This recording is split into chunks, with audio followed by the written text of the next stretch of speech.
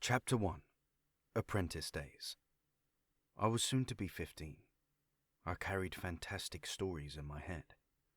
I held off the future, dreaming of adventures in the Baltic lands, imagined myself there, fighting with Scots knights and mercenaries in the German service. And when I grew tired of that, I saw myself a Bronco warrior, on the run with the last of the fighting Chiricahua.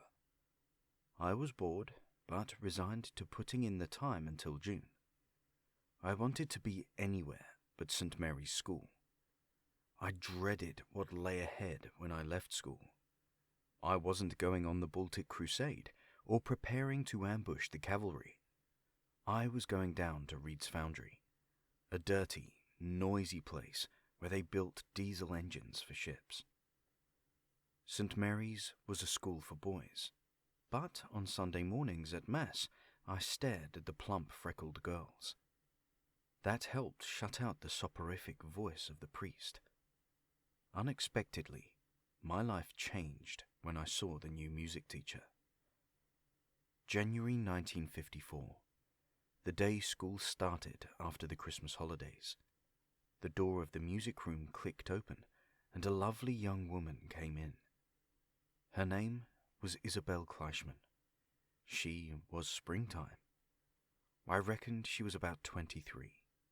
She was lovelier than Hedy Lamarr or Joan Leslie, film stars I'd a crush on.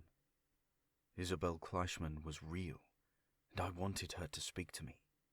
But I'd have died had she. I felt so tender towards her, and guilty at the bulge in my pants. There was hesitance in her walk, a movement of her sad eyes around the room, a look of regret that she had finished up in St. Mary's and not some nice middle-class school in Glasgow. To my class, she was the proddy music teacher. The verdict was near fucking tits. For the wretched boys of St. Mary's, the pinnacle of female beauty was a fat ass and big knockers, a waspy belt pulled tight at the waist to give an hourglass shape.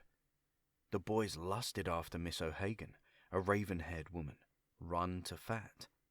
In her science class, she talked about the body.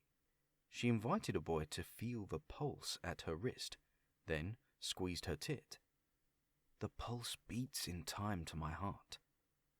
The boys loved it. I was glad I had Isobel Clieshman all to myself. I adored the delicate points of her small breasts, the long, slender legs. She arrived at the untidy time of school life, the end of 4th year. We loafed at our desks, idle and impatient to be away from St. Mary's.